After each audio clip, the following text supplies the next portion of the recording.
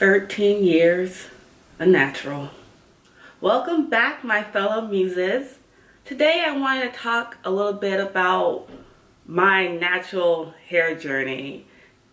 For those of you that don't know, I've been natural since 2005. It has been about 13 years now that I've been natural, and it's been quite an endeavor. And I kind of want to discuss why I've made the decision to basically restart my natural hair journey, to hit that reset button. Oh, by the way, while you're here, don't forget to subscribe to my channel.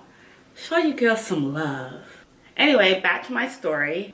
I originally became a natural in 2005 out of necessity.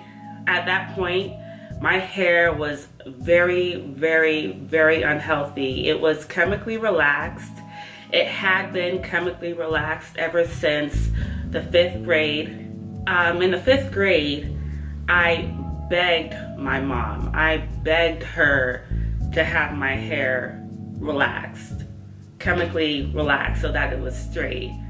And she was completely against it. She liked the way that my hair was, naturally, the texture of my hair, everything about it. But I begged her, I nagged her, I pestered her for a long time. And eventually she caved in.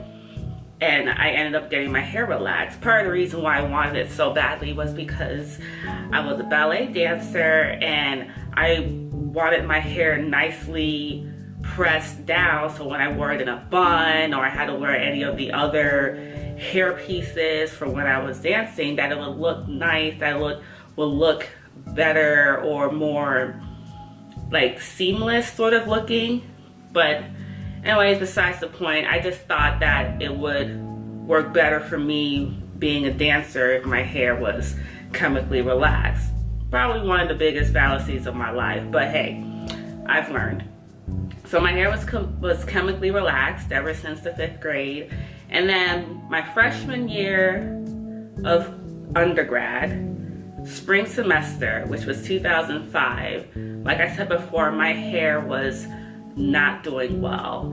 My edges were kind of like non-existent at that point. I actually had also like this sizable bald spot like right below the crown of my head. Like I could actually feel it. It felt like smooth as a baby's bottom. It was just smooth. There was no hair growing there. And my actual hair itself had just became very thin and brittle over time. It kept breaking off at the ends. It was just constantly breaking off. And there's this myth out there that, you know, women of color, African American women, are kinky coily hair, that it doesn't grow. It does grow. It grows well. The problem is length retention. Our hair is delicate. It'll break off if you don't treat it right.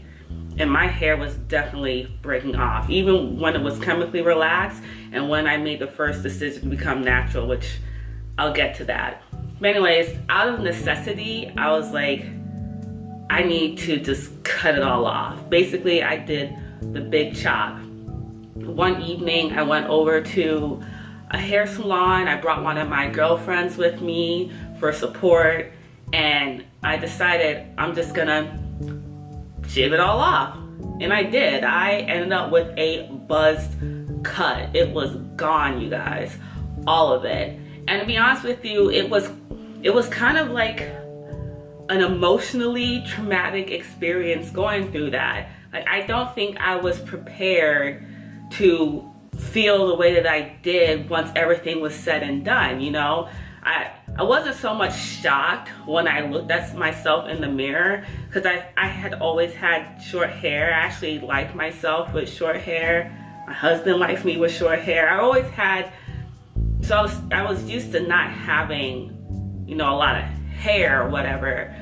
But I think emotionally I wasn't ready for the big change.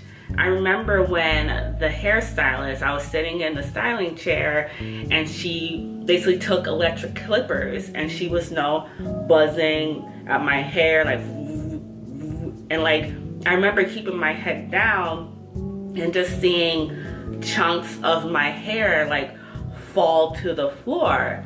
And you know, at first I was okay, and then at one point the stylist stopped to ask if I was okay, because I hadn't even realized that I was kind of shaking, that I had like these tears streaming down my face. I had no idea that I was doing that. I was kind of like not even present. And I told her to keep on going because, you know, I needed it to be done. This was a very large step for me. And you gotta understand, you know, you might think, oh, why was it so traumatic? When it comes to hair, especially in the Black community, a woman's hair, it is highly scrutinized. It is highly scrutinized. And back in 2005, especially back in the day, it's not like how it is right now, where there's almost like this natural hair movement where you see more and more women of color, more and more women with type 4 hair, kinky coily hair, wearing their hair naturally and proud of it and coming up with these amazing styles and stuff like that. It wasn't so desired or so promoted like it is now. There wasn't a lot of us out there doing it. So I would get scrutinized in the community about it. Especially when I first went natural, some people felt as if they had a right to just come up to me and just state their qualms about me being natural, you know, like, or they'll say certain comments about, oh, you know, your hair would look really nice if it was straighter, or really rude things. It's like, first of all, I never even asked for your comment. I don't need your unsolicited, destructive comment about my hair. If I like it the way that it is, so be it. It's my hair. And it wasn't like wasn't kept, you know, it wasn't dirty. It wasn't like looking like I just came up out of, I don't know, the garbage can, like I didn't keep it up, or you know what I mean? Like, this is how it grows out of my head. So what's the problem? Just like how it grows out of your mother's head, how it would grow out of your head. Maybe you don't know that because it's been so long. But anyways, there was just a lot of scrutiny, and this whole thing about, you know, good hair. Okay, over the years, I've came to the realization good hair equals healthy hair, okay? It's not straighter hair. It's not longer hair. It is healthy hair. Because you can have short hair and your hair is just absolutely gorgeous. It's healthy, it's shiny, it has volume, it's something that people admire. It literally is a crown on your head, and it can be kinky and coily, it can be straight, it can be black, it can be brown, it can be red, it can be blonde, whatever, but it's healthy. That to me is good hair. And that took a while for me to grasp and to internalize, because for so long in our community, that's not how it was. It was always like, oh, so-and-so has good hair. She has a little, you know, she has a little Indian in her. So-and-so has good hair. Look at it. She's so wavy and stuff like that. Or, you know, it really does a number on us little Black girls growing up, this whole good hair thing. But anyways, there was a lot of scrutiny within my community, which made it even more difficult to make this transition to be natural. And it definitely was harder back then in the early 2000s, okay?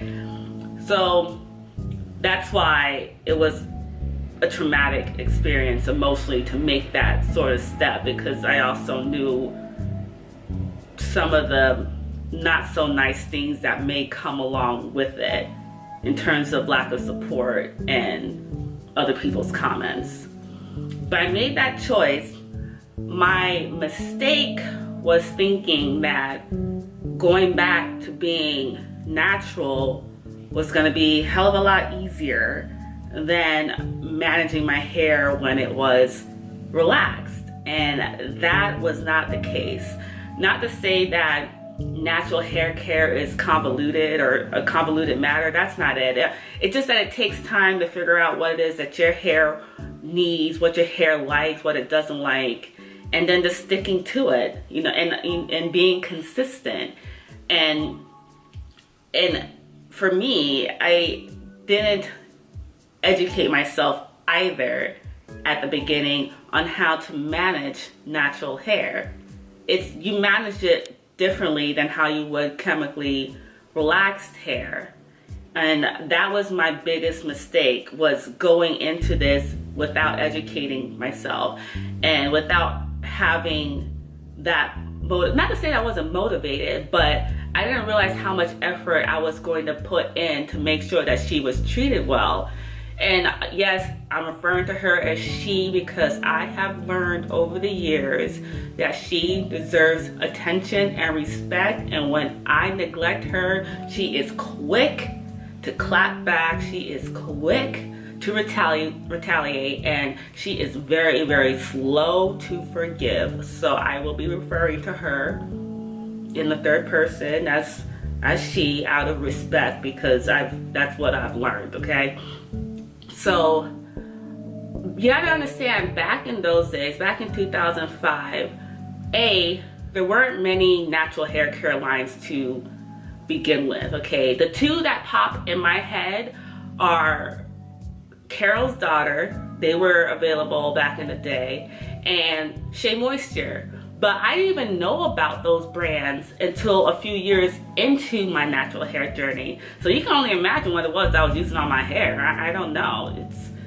And then on top of that, there wasn't as much information readily available out there as there is now. Like if you were to go on YouTube or just search the internet, there's so many videos and blogs out there dedicated to the kinky coily hair type, on how to manage it, on product reviews, on DIY recipes, some of them incorporating all these interesting herbs to strengthen your hair or to tackle certain issues you may have with your scalp.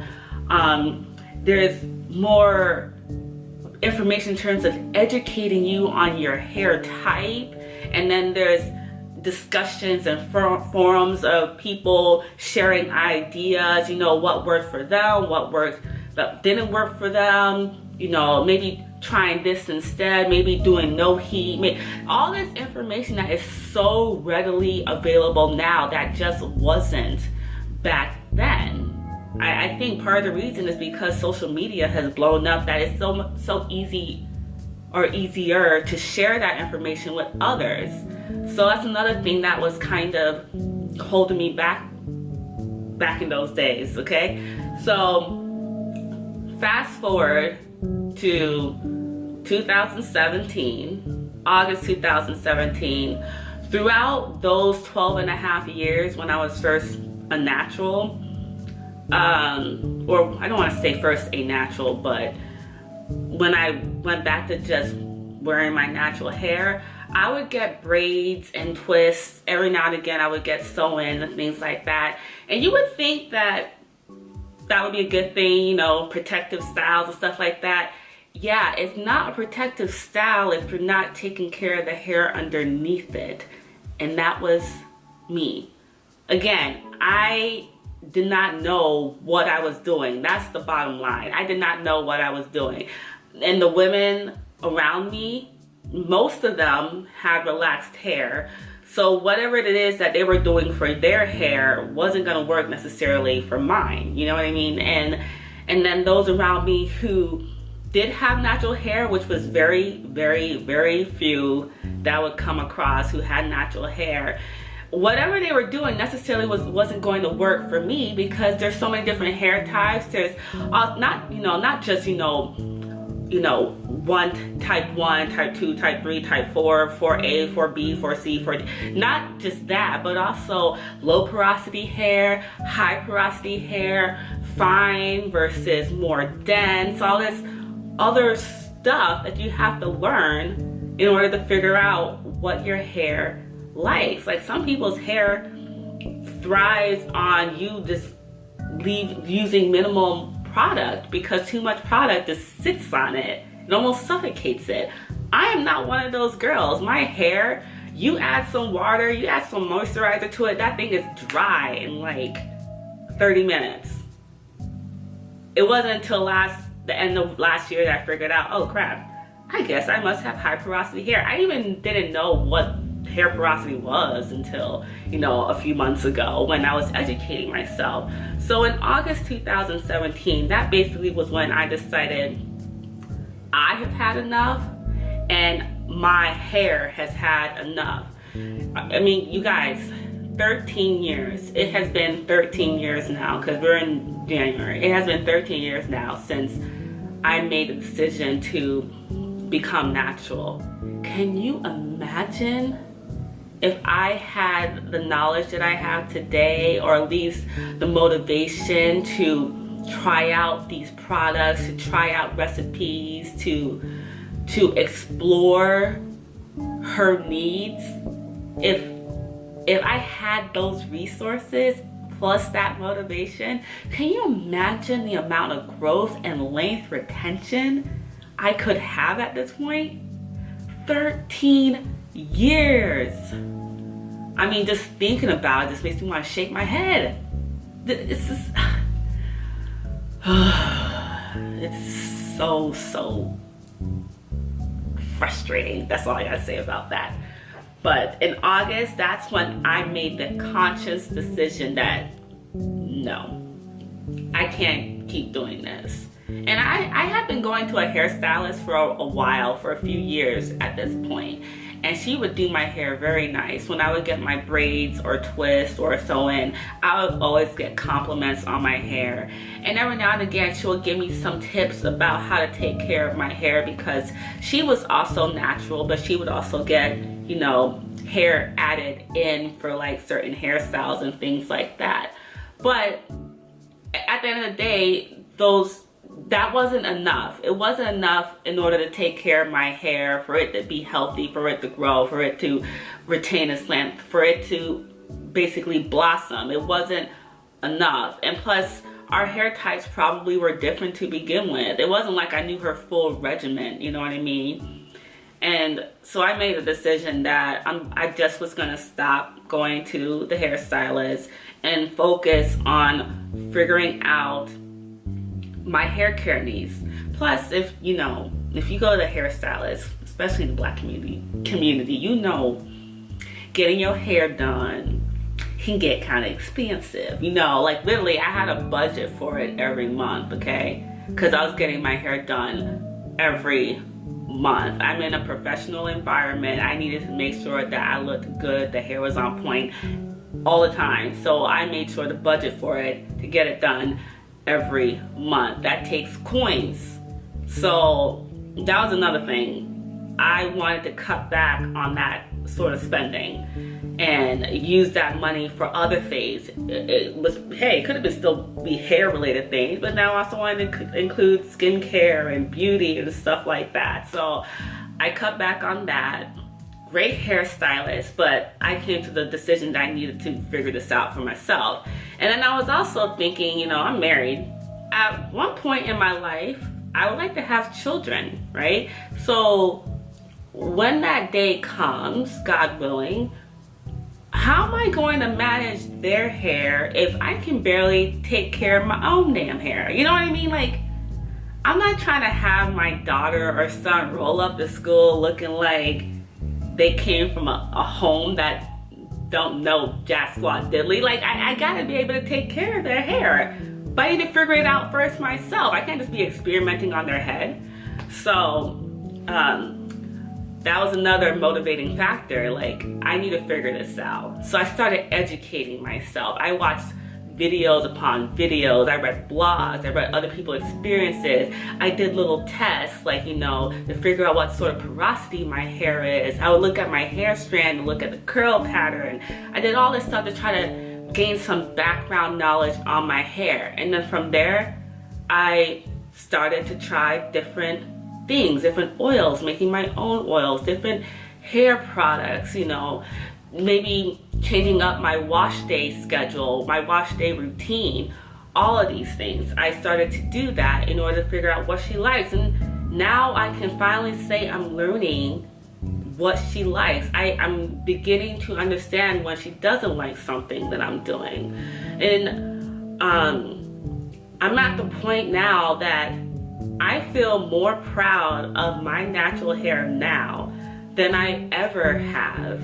She looks so much healthier now than she ever has looked. I've had people come up to me randomly at like Costco, when I go Costco shopping, tell me how nice my hair looks. And it's not just people of other races and ethnicities, it's also people within my own community, my own Black community. They'll come up to me, even women and men, telling me how much they like my natural hair, that my hair looks nice, that it feels nice. Not to say I like people touching up on my head. It's a woman. Don't touch my head. If I don't give you permission, don't touch my head. That's just too personal. But I'm more proud of her now, and I feel like she's thriving now. I'm not saying my hair is down to my butt, past my tailbone. It is not. I do suffer from shrinkage. Not to say shrinkage is a disorder or something. It's not. It's actually a good sign when your hair can shrink and bounce back and stuff like that. We'll discuss that in another video. But I'm very happy with where she is right now compared to where she was back in August. It was a major improvement. Do I still have a long ways to go? Yeah, heck yeah, I've got a long ways to go. I'm still messing up. I'll still neglect her from time to time, especially when things get busy or rough when it comes to my schedule. She's the first thing to get neglected. And when I go back to her and try to take care of her, she lets me know that she's not happy. Trust me, it ends up being a struggle trying to nurse her back to health, okay? But when I am on top of things, when I am consistent, it's amazing. It's great. I feel so good about her. But anyways, you guys, that was the beginning of my natural hair care journey, those 13 years. And that was also the reason why I decided to hit the restart button, to reset everything and to start from scratch and to take care of her. I'm still going through periods of breakage and shedding, but I think that's all a part of process. I'm transitioning right now. I'm transitioning into healthier growth. I'm changing the way that I eat, my diet, everything, because it also, it's not just a matter of what you put on your hair, it's also a matter of what you put in your body, because those are the building blocks for your hair strands. So I'm looking forward to see where the rest of my natural hair journey will take me now that I'm at this level or this state in my life where I am ready to take on that challenge. I am ready to educate myself, to arm myself with my arsenal of tools and products and knowledge. And I'm just constantly trying to educate myself. I'm constantly trying to figure out what it is that she needs to blossom. It's like a plant. It's like a plant. You got to give it the resources. You got to give it the attention, the love for it to grow. You know, some plants thrive off of neglect, like orchids. Yeah, I kill those plants, okay? You would think that I can somehow keep them alive. No, they die, just like all the other plants. They die. I just suck. I suck at plants, okay? So I know in order for me to accomplish my goals, I gotta go in. I gotta be hardcore with it. And that was the choice that I made back in August 2017. Thank you for stopping by. Don't forget to like and share this video. And while you're at it, take some time out to visit some of my other social platforms. And let me know in the comments below if you've also have decided to hit that reset button, whether or not it has anything to do with your hair, or maybe it's something else in your life, you know, exercise, your diet, something along those lines. You've decided that you've had enough. It's time to restart. You may have started before, you fell off the wagon and you're trying to get back on Let me know in the comments below. Let me know some of your pitfalls you may have experienced and some of your achievements you may have experienced. Basically, let's help each other, motivate each other to keep trying, to try again, and not to let our mistakes keep us from progressing, from moving on to achieving the ultimate goal that we want to achieve. Take care, everyone. See you at my next video.